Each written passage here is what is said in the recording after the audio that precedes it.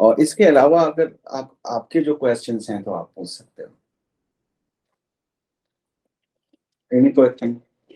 इसमें okay to seek help में ये होता है कि इफ आई विल आस्क, जैसे ये तो बहुत ही नॉर्मल है कि if I go to a therapist and people will think that I am a weak person, that I am not strong enough to deal with my problem. एक तो ये होता है।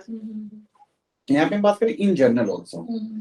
जैसे कुछ लोगों को आप देखोगे उनको रास्ता पूछते हैं, इजली पूछ लेंगे। कुछ लोगों को क्या होता है कि उनको वो 2 किलोमीटर एक्स्ट्रा चल लेंगे लेकिन उनको पूछने में हेजिटेशन होता है। तो that is a kind of personality trait.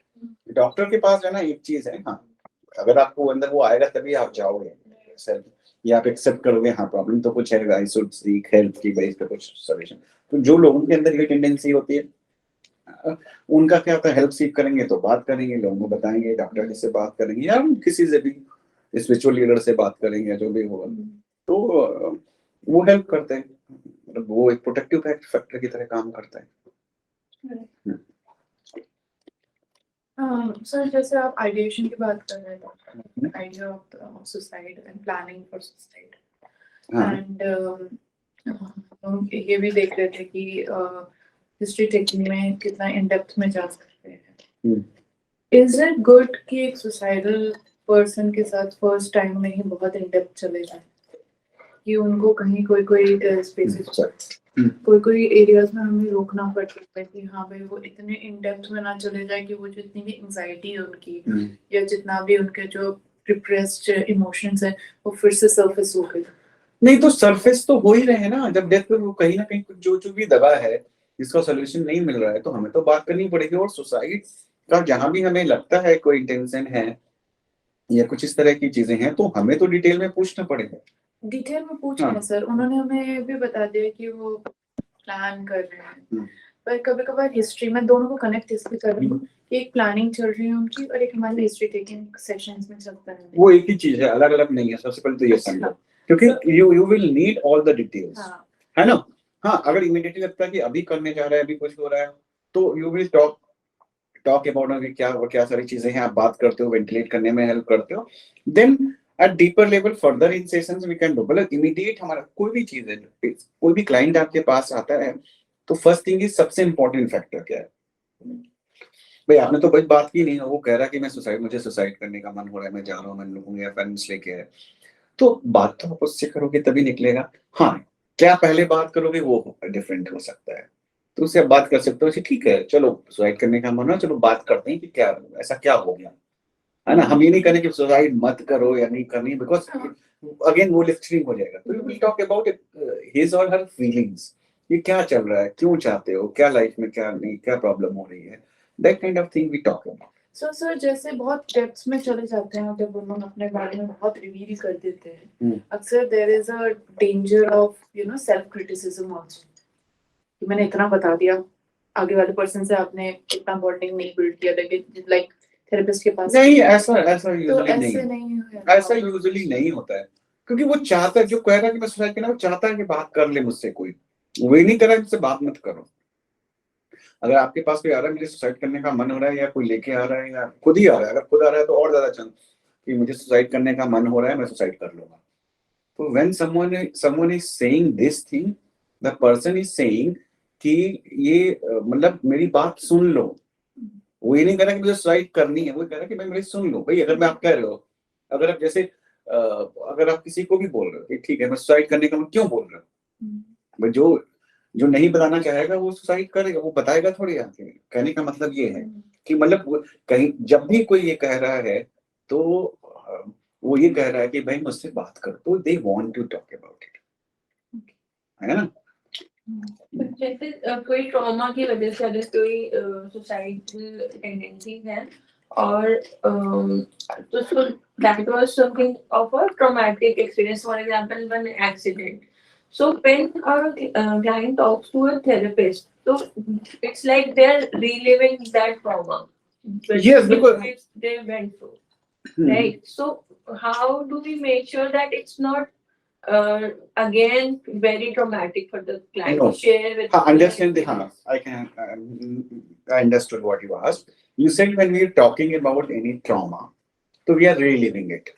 That is what you are saying.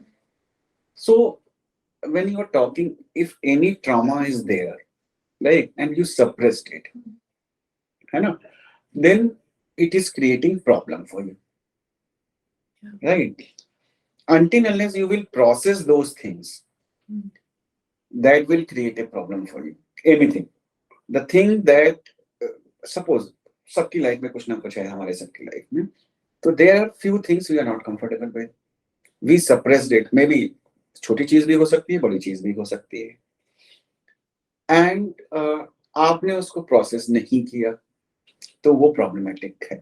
When you have accepted it, that is, you have given a closure to that thing, then it will not disturb. So talking about that thing will help. You are helping your client to give a closure to that experience. If you will not give it, then there is a like problems. Then that will create problem. So you are not resolving the, if you are not talking about it, you are not resolving it, you are maintaining it. So that is the problem. Like I have seen many cases where they feel problem in relationships specifically. मतलब example देना, और भी चीजें होती हैं. Relationships में क्या problem है? Because they had something traumatic, है ना? Maybe sexual abuse or something like that. So they have had some kind of these kind of things, the traumatic था. Now in new relationships they are not able to connect until unless suppose एक नाम तो नहीं लूंगा, एक case ऐसा भी था जहाँ पे क्या था, because that was the problem. तो क्या हुआ कि जब तक एक डिस्टेंस पे रिलेशनशिप रहता है इट्स ओके, जब इंटीमेसी और मतलब देयर इज इंटीमेसी, देन वो बैक ऑफ कर जाता है, क्योंकि वो सारी चीजें क्योंकि उस सिचुएशन में क्या होता है, वो सारी चीजें the person start reliving it, and then again जब उससे हो गया तो avoid it and suppress it. Then again when you will come into that situation, the same thing will happen. So resolving it, ठीक है, whatever has happened, तो because that past is, इसी को हम बोलते हैं, किसको हम बोलते हैं कि moving on क्या होता है, यही तो होता है when you are accepted it कि this has happened to me.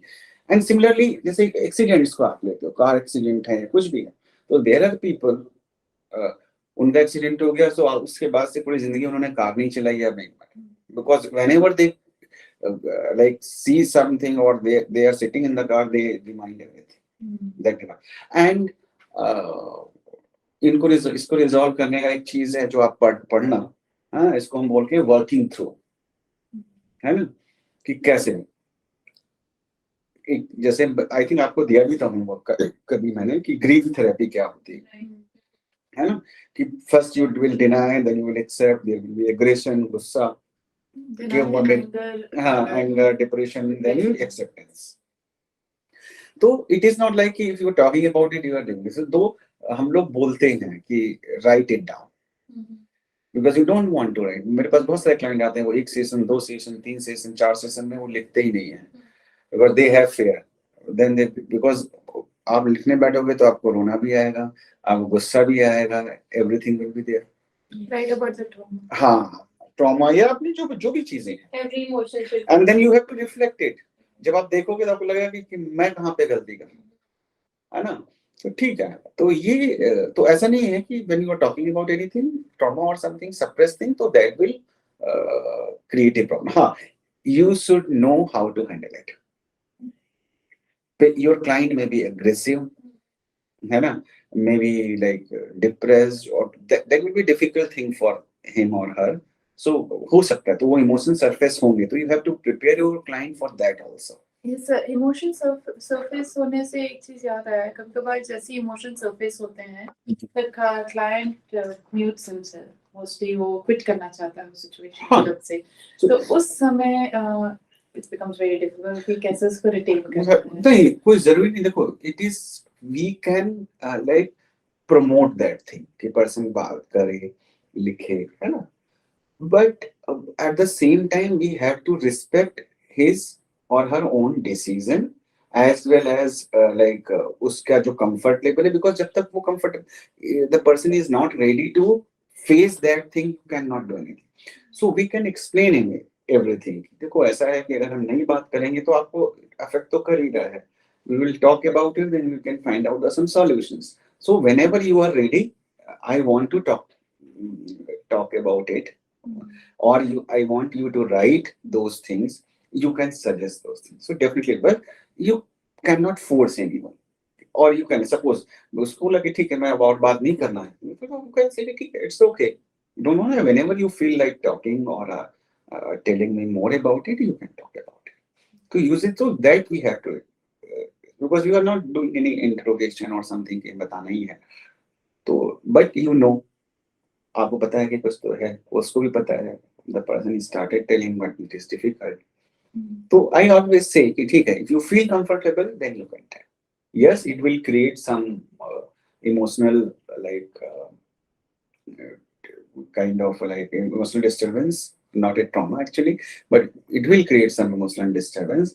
But that, or usually क्या होता ही है इस तरह के cases में, क्या होता है, that emotional disturbance is always creating surfacing somewhere, कहीं कहीं पे निकल आता है कि जैसे उससे कुछ सिचुएशन होती है, कुछ होता है, तो वो वहाँ पे होता रहता है, प्रॉब्लम क्रिएट करता रहता है. तो दैट हैपेंस. सो बात करना है, हाँ definitely the freedom is with your client.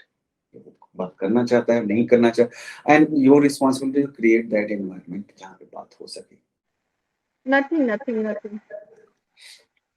ठीक है फिर, है ना? Yes, sir. Okay. Okay, sir. Thank you so much. Okay.